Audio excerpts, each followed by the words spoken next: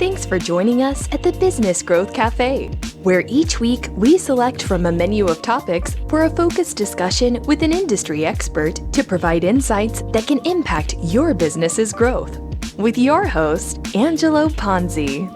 Hi, I'm Angelo Ponzi, your host here at the Business Growth Cafe, and thank you for joining us. Today at the cafe, I'm excited to have back Matt Everett, CEO of World of Dance, to talk about Matt's other previous life, if you will, or current life as a PR agency CFO, marketing executive, business coach, and entrepreneur. Welcome back. Hey, glad to be back.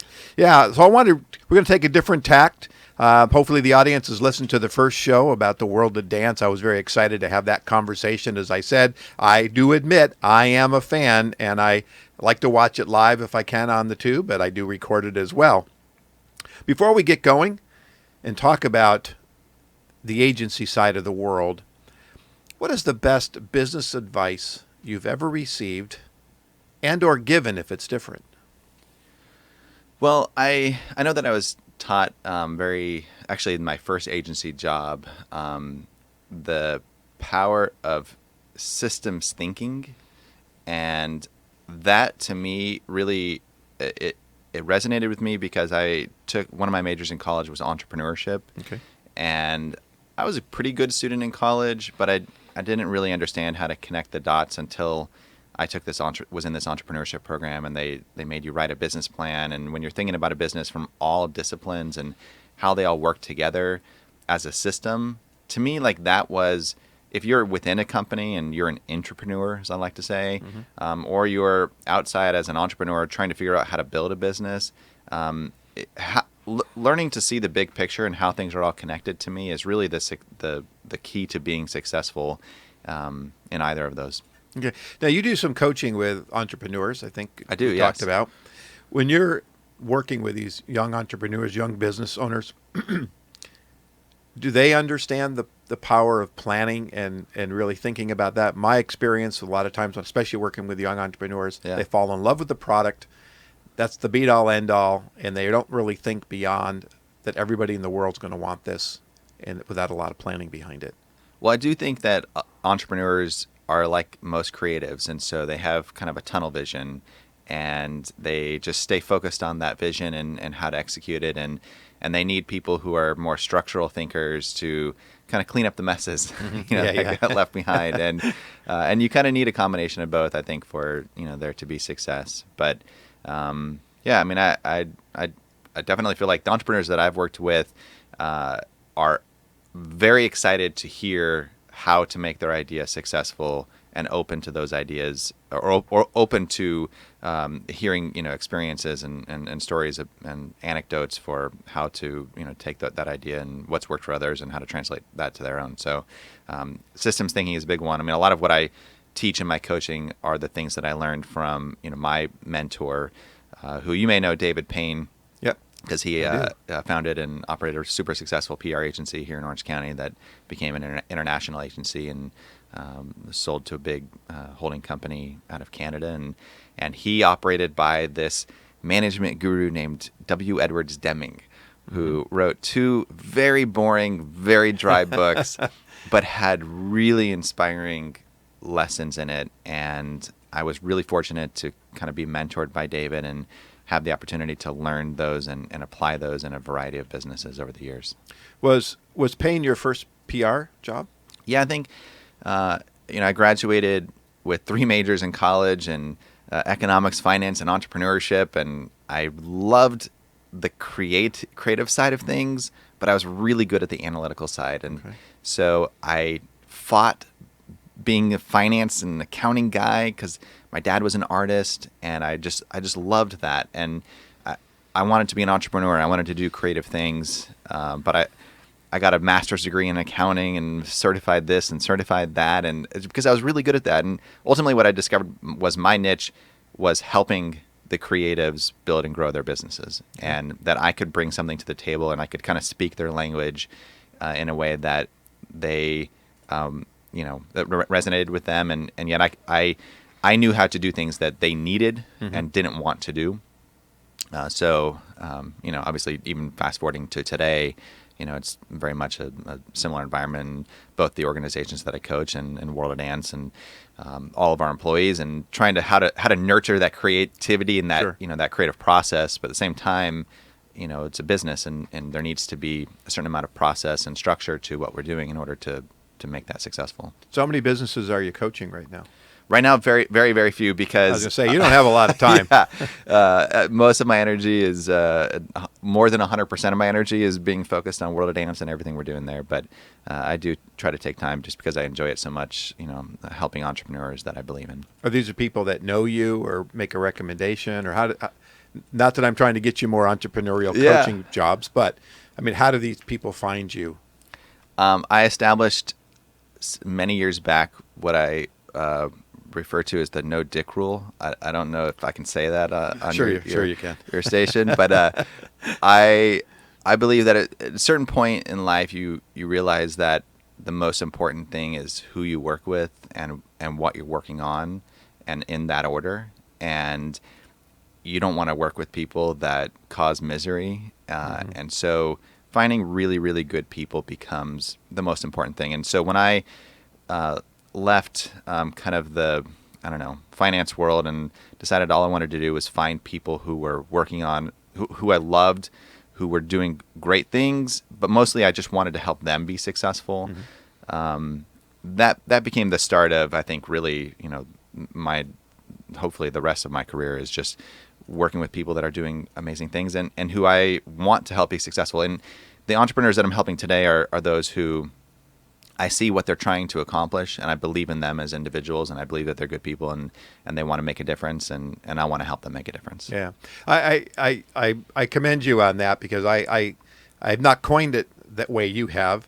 I won't actually say it the way I've coined it, but that's kind of been my mantra. Is I just don't want to work with people that have low levels of integrity, Yeah. that treat their people poorly. Life is too short to deal with that stuff, and it's no amount of money or anything else.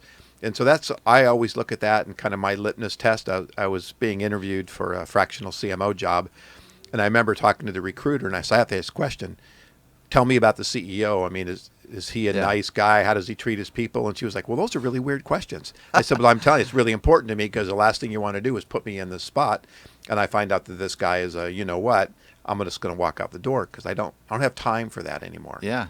Yeah, it's Some people just they're afraid that of what would be beyond that if they left, and so they put up with being treated in ways that they really shouldn't, and ultimately that they pay a very heavy cost for that. So yeah. I think when we met for coffee, we talked a little bit about that, and I spent a very long time as a CSO at an organization, and every day it got to the point where it's like, why am I doing this anymore? It doesn't make any sense, and so I moved on. Let's talk about the 30,000 foot level of the agency business. Yeah. You worked for Payne, which is PR, and I got into marketing. I was from a marketing and more advertising. Early days, I had PR. But that 30,000 foot, so I know I have some agency listeners out there. When it comes to new business, which I believe is the lifeblood of an agency, we want to keep the business that we have, but we always have to continue to add new clients and grow. Yeah. What's your kind of perspective on a good way to do it, where agencies miss, in your opinion and experience? Well, I think that when you talk about successful agencies, there is a culture at a successful agency that enables that success. I think that a lot of agencies are not building a culture where people really enjoy the work that they're doing.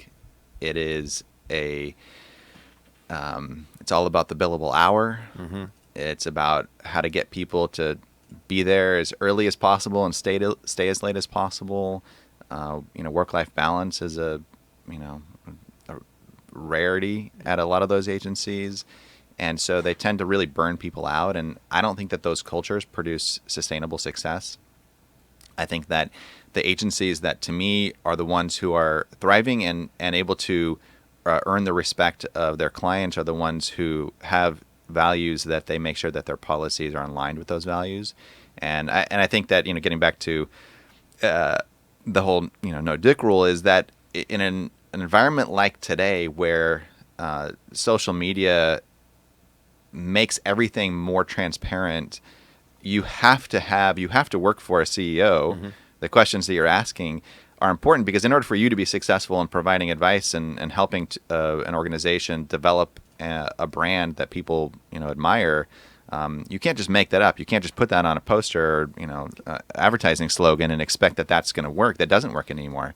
And so an organization has to know what it stands for, and it has to make sure that in the way in which it treats its people and operates its business is aligned with those values. So yeah, absolutely. I mean, I think, when I talk to clients and prospects, they always talk about their customers, and I always say, well, what about the internal customers? How do we treat the people? When Absolutely. we launch campaigns, we have to launch not only a campaign to them, but we have to make sure that the internal campaign happens.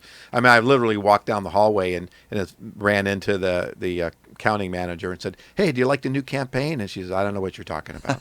Right? And so that was a miss by the organization. Yeah. And so I'm a firm believer in that. if you want to grow, I think that every organization can put out more, campaign messaging and more advertisements. But the reality is that it's how do you build an internal, advocacy from your employees that they're sharing why it's so special to be there and why others should be working with them. And I think that's really the secret sauce for agencies to grow. Yeah, absolutely.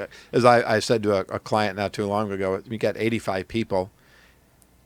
When they go home at night, that's 85 ambassadors for this organization. If they don't know what we're doing or what the company is about or why they're actually coming to work besides the function that they perform, then we're missing the mark. Not only that, the people that they're talking to, their spouses, their friends, their family, if they're not enjoying their job, all of their family are probably going to have a lesser opinion of those organizations. So, yeah, it definitely gets multiplied. And we live in a world where that's an opportunity for I think the right entrepreneurs who can build a culture that's successful. And it's not easy to do, by the way, but certainly it's a worthwhile pursuit. Okay. As a CFO, I have a belief that a lot of young businesses, entrepreneurs, small businesses really don't know their numbers. They don't not really understand the financial aspects.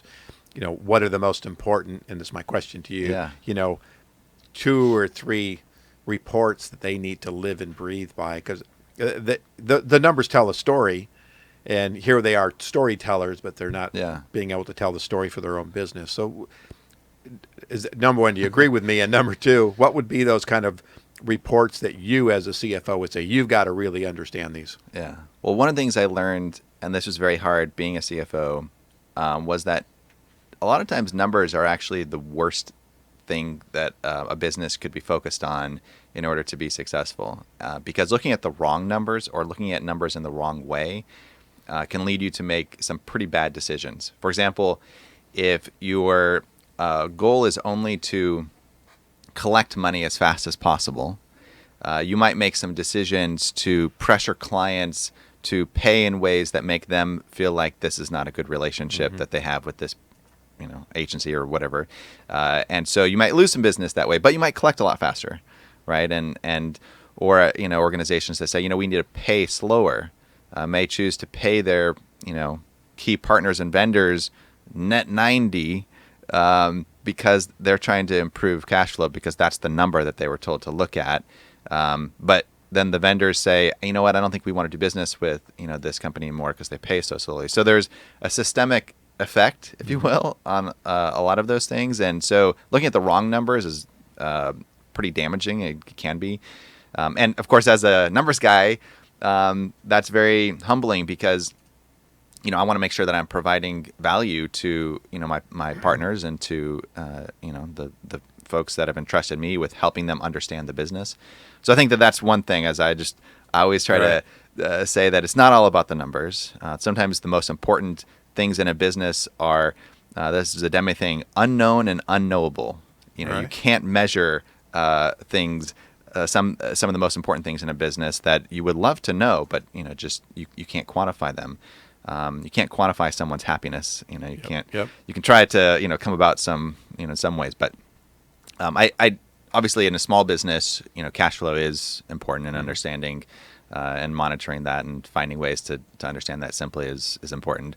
If you're in the business of trying to ultimately be able to sell, the EBITDA line tends to be the one that's most often used, Sure. in determining the value of a company. But that is such a at the end of a process. I think lines like that you have to flip the page, peel that onion back so many layers before you to get to something that's actionable. That it's not something that I would be ever focused on. So really, the numbers that I think are the most important are define a process that's key to an organization's success, and how to measure that process so that that number, whatever that spits out, is a lever that you can over time control the process so that there's stability in the way in which things are being done. And now those results give you some data that is actually actionable. You can decide that if what you're measuring is producing more or less of what you want, then you can change the variables, the inputs into that process in order to achieve the desired outcome. Okay. All right. In an agency, we always would wait for, not sit around waiting, but we would always wait for those RFPs, those opportunities. Yeah. And I remember one time in our agency, we had 5 at the same time, and they were all due about the same time. And we kind of balanced which ones we put a lot of effort in, which ones we put a little effort into, but we went after all 5. At the end of the day, what suffered was our clients, because we stopped paying attention to our clients while we were trying to win new business. So when it comes to RFPs and agencies really jumping on this, when you were with Payne, how did you guys approach it, and what are some tips or tricks or guidance that you might give to somebody thinking about, I got to get all these RFPs? Yeah. Well, certainly one of the things is don't pursue business with the wrong partners. If your values are important, and you are aligning your business practices with those values, then you need to have clients that are also aligned with those values. And that's very hard because sometimes it's very easy to take money from a client, just as we all may have done. But in the reality is that if that actually creates a kind of a more poisonous environment because the employees are miserable working with that client, then it ends up being there's an unknown cost there that sometimes is not worth what you're receiving. So as it relates to the RFP and business, new business process, I know at Payne and other agencies I've taught, it's certainly trying to be as selective as possible. So not going after every client. How do you figure out what the profile is for a successful client, and be as good as you can at filtering out those that are not likely to be successful. Certainly for a lot of agencies, the minimum project size or scope, I think, is an important one. Sometimes, it's every new client is great, and it can always start small and grow into something big. And I think, in smaller agencies, yes, perhaps the bigger the agency gets, I think sometimes the more you really need to focus on fewer relationships, but making sure that those are much stronger. We have developed tiered models, and I know we talked a little bit about that, and trying to figure out appropriate ways to invest in new business. But as you point out, it is certainly there's a tremendous cost inside the organization to the clients you are trying to service, to pull them off of that to go pursue working on new business. So is that in the best long-term interest of the agency? Yeah, and I think very questionable. I think agencies sometimes, and I know I fell into this trap with my own agencies, is we're so hungry for it, but we caught ourselves with that 5 example that it was getting formulaic. It was like, okay, we'll just plug this one in here and plug this one in. When we weren't really trying to address and win each RFP, we were just plugging stuff in, trying to make it happen. And I think that was a danger that we recognized. Not only did our clients suffer, but we won a couple, but we didn't win them all. But the full scope, we probably didn't approach it right because we were thinking, this is our opportunity, right? And didn't really think them through. There was an agency we talked about this all the time, and that didn't pursue RFPs at all. What they did was they found a client that they wanted to work with, and they developed a campaign, and they went and shared that with those clients, and that's all they did. And the reason why they did that, twofold. One was because they wanted to find clients that they wanted to do work for, that they were inspired for, and that their staff was inspired to work for. They got their staff to think creatively about solving a problem that they were not asked to solve, and so there was a training and just kind of development aspect to it. And then third, when an agency comes to you and says, "Look, you may not be looking for a new agency, but we've developed some ideas that we just want to share with you."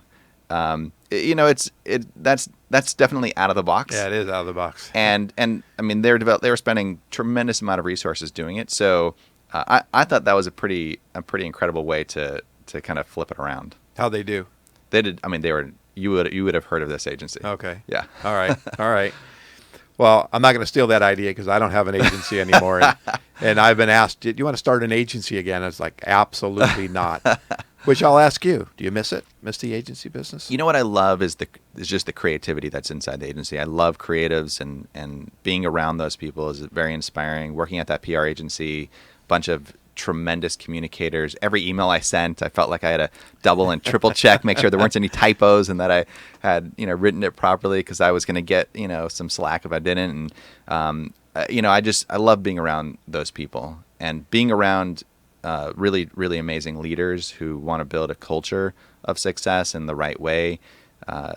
David, really, one of the things he believed in was the power of intrinsic motivation, and to take incentives and rewards out of the business and really focus on an individual's nature is to want to do a good job.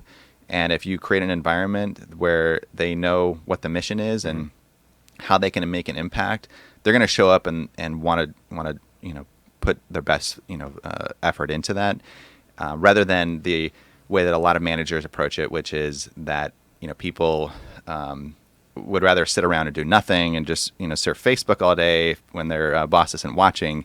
If that's the way that you perceive people to be, then of course you're going to create policies that are about how to prevent that from happening. Yeah, exactly. But if you believe that people are intrinsically motivated, and that it's a supervisor's job or a leader's job to figure out how to get them empowered on a project that is something that they believe in, then you're going to approach that much differently. And I think that's the way that we were very successful at Payne in building that culture, and something that I teach entrepreneurs today to focus on that. And certainly being in an agency where you see so many creative people telling stories and figuring out how to create ideas that change the world, that to me is super inspiring. Just how to nurture that right is I think what I wish more of them were doing. Yeah, thank you for that. I'm getting three fingers over here, so I got 3 minutes. I do want to bring up, you mentioned that in our conversation when we first met, you were working on a project about happiness. Uh-huh. Let's take the last few minutes and talk about that. Yeah, I really, in speaking to a lot of dancers about their journey, a lot of them are trying to figure out whether or not they should continue to do what they're doing. Is it worth it? And we've talked a little bit about, the definition of success, and how I definitely don't think that someone should focus on the end destination as being their only, measure of success. Mm-hmm. Dancers, and I think just like anyone in any profession, young people, even older people, are just trying to figure out what to do with their life, and what is their journey, and what is their purpose. And when dancers are asking me, should they keep doing this, my answer to them really is, if you enjoy what you're doing, if you enjoy the journey that you're on, then you should keep doing it. And you should stop focusing all on the end outcome, and which is something that I think even entrepreneurs and small business owners, if they enjoy showing up every day and putting the effort in, and if that gives them fulfillment, then I think they're on the right path, even if they haven't made the $1 million that was their original goal for why they started it. So I have been working on this kind of documentary film project to figure out how to tell that story in a way that can inspire people, and hopefully get people to realize that even though dance is a very visual medium, to see their journeys kind of in front of them. Really, everyone is trying to figure that out. Okay, thank you for that. When you get there, maybe we come back to the show and we can talk about that more. Yeah. And I can't say we can show the video. I guess we could, but I think I work for one of my clients called Path to Happy Success, Yes. and we're about helping people find their best career path. And so Yes. it's all about happiness. And the actual book that it's based on is called Career Happiness and Success. And so the founder of this really started writing this book and bringing this program to life because he wants people to have an opportunity to be happy and successful. Yeah. And the two don't always go hand in hand. No. That brings us to an end. So thank you so much. If you want to tell the listeners how they might get a hold of you, now's the time. Yeah, you can find me online at most of those social media channels at Matthew Everett. And Angela, thanks for having me. I really enjoyed it. Yeah, thank you so much. And again, before we sign off, I want to remind the listeners this was a 2-part series. So if you didn't listen to the first one, you need to go back, download it, and listen to that. And to listen about this one, about Matt talking about his agency life, and the other one about the world of dance. Thank you again for joining us at the cafe. You can find out more about me, read my blogs, or watch my show videos at theponzigroup.com, or connect with me on LinkedIn. And if your business is in need of a CMO and you're not ready for a full-time person yet, contact me. I'd welcome the opportunity to explore the benefits of using a fractional CMO. And you can subscribe to this show at the Business Growth Cafe, or we are on iTunes, iHeartRadio, Google Play, Spotify, Stitcher, SoundCloud, Spreaker, and all the other major platforms around the world. Join me next week for lunch at the Business Growth Cafe. Thank you for listening to today's discussion at the Business Growth Cafe with your host, Angelo Ponzi. Take a moment to subscribe to this podcast and visit our website at www.businessgrowthcafe.com. Read Angelo Ponzi's blogs at www.theponzigroup.com.